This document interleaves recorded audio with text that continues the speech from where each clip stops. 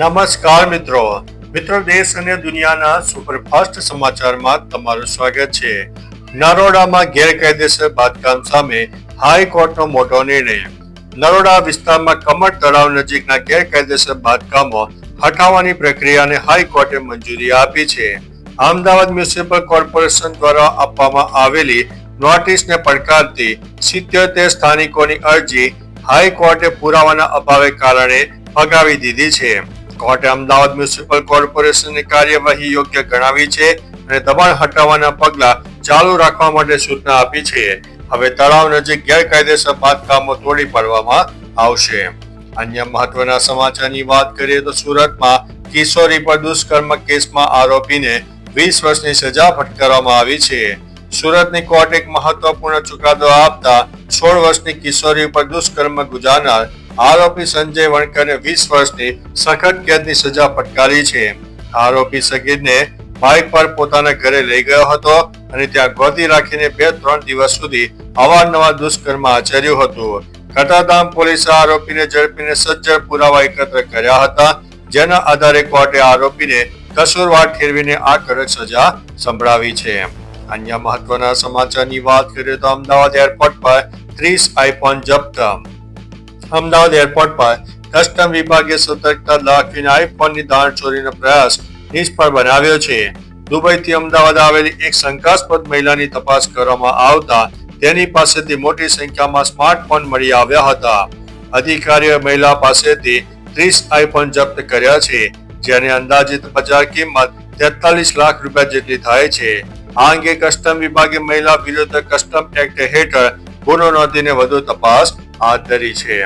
અન્ય મહત્વના સમાચારની વાત કરીએ તો EWS લાગુ નહીં થાય તો પાટીદારોનું પતન નક્કી।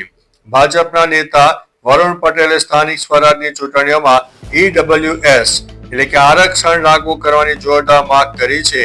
તેમણે ચેતવણી આપી છે કે જો EWS લાગુ નહીં થાય તો પાટીદારોનું રાજકીય પતન નિશ્ચિત છે।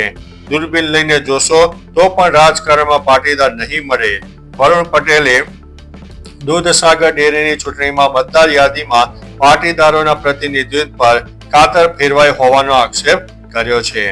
અન્ય મહત્વના સમાચારની વાત કરીએ તો ફિલ્મ લાલો એ રેકોર્ડ બનાવી દીધો છે અને સદી પણ મારી દીધી છે। ગુજરાતી ફિલ્મ ઉદ્યોગના ઇતિહાસમાં એક સુવર્ણ પૃષ્ઠ લખાયું છે। લાલો ફિલ્મે બોક્સ ઓફિસ પર ધૂમ મચાવી છે। ગ્રોસ કલેક્શન 94.60 કરોડને પાર થયું છે અને વર્લ્ડ વાઇડ કલેક્શન 100.50 કરોડને પાર કરી ગઈ છે। ફિલ્મ 100 કરોડની ક્લબમાં સામેલ પણ થઈ ગઈ છે। આવું કરનારી આ પ્રથમ ગુજરાતી ફિલ્મ બની છે। આશ્ચર્યની વાત તો એ છે કે શરૂઆતના સપ્તાહમાં ધીમી ગતિએ ચાલતી ફિલ્મે ચોથા સપ્તાહથી જબરજસ્ત રફતાર પકડી હતી। હજી હિન્દીમાં પણ ફિલ્મ રિલીઝ થશે। અન્ય મહત્વના સમાચારની વાત કરીએ ઉત્તર ભારતમાં કાતિલ ઠંડીનો પ્રકોપ, હવામાન વિભાગનું એલર્ટ। ઉત્તર ભારતમાં ઠંડીનો પ્રભાવ વધતા હવામાન વિભાગે તીવ્ર ઠંડીની ચેતવણી આપી છે। રાજસ્થાન, મધ્યપ્રદેશ અને પંજાબમાં તાપમાન 10 ડિગ્રીથી નીચે સરક્યું છે। રાજસ્થાનના સીકરમાં સૌથી ઓછું 7 ડિગ્રી તાપમાન નોંધાયું છે, જ્યારે મધ્યપ્રદેશના રાજગઢમાં પણ 7 ડિગ્રીની આસપાસ તાપમાન જોવા મળ્યું છે। હરિયાણા અને ઉત્તર પ્રદેશમાં કડકડતી ઠંડીની આગાહી કરવામાં આવી છે। છત્તીસગઢના સુરગુજા અને પેંડારામાં ઠંડી વધતા તાપમાન 9 ડિગ્રી સુધી પહોંચી ગયું છે। અન્ય મહત્વના સમાચારની વાત કરીએ તો પૈસાના અભાવે પરિવારે દીકરીનો મૃતદેહ સુરત સિવિલમાં તરછોડ્યો।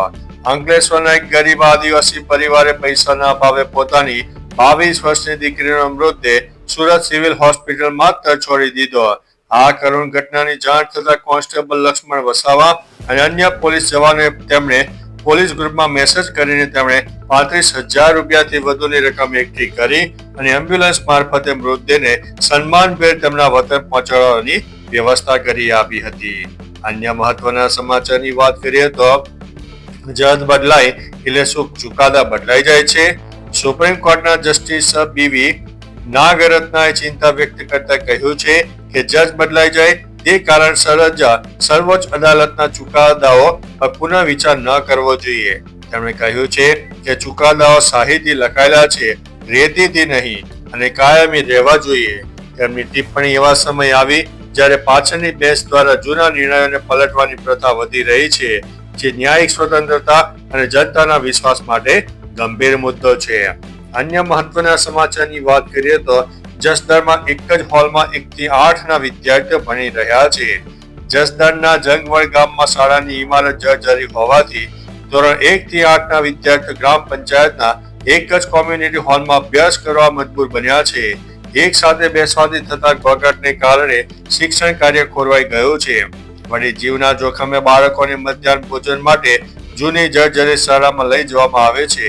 શિક્ષકોની અછત અને સુવિધાના અભાવે બાળકોનું ભવિષ્ય અંધકારમય બની રહ્યું હોવાનો વાલીઓએ આક્ષેપ કર્યો છે.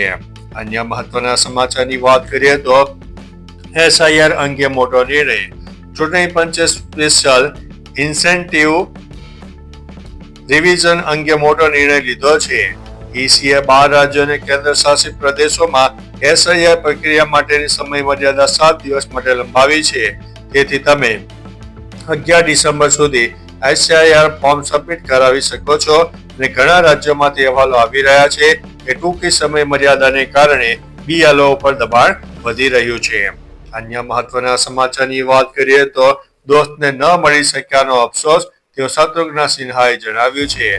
પીઢ અભિનેતા શત્રુઘ્ન સિન્હાએ તેમના દોસ્ત અને મોટા ભાઈ ધર્મેન્દ્રના નિધન ઉપર હાજર રહી નહીં શકવાનો પારાવાર અફસોસ વ્યક્ત કર્યો છે.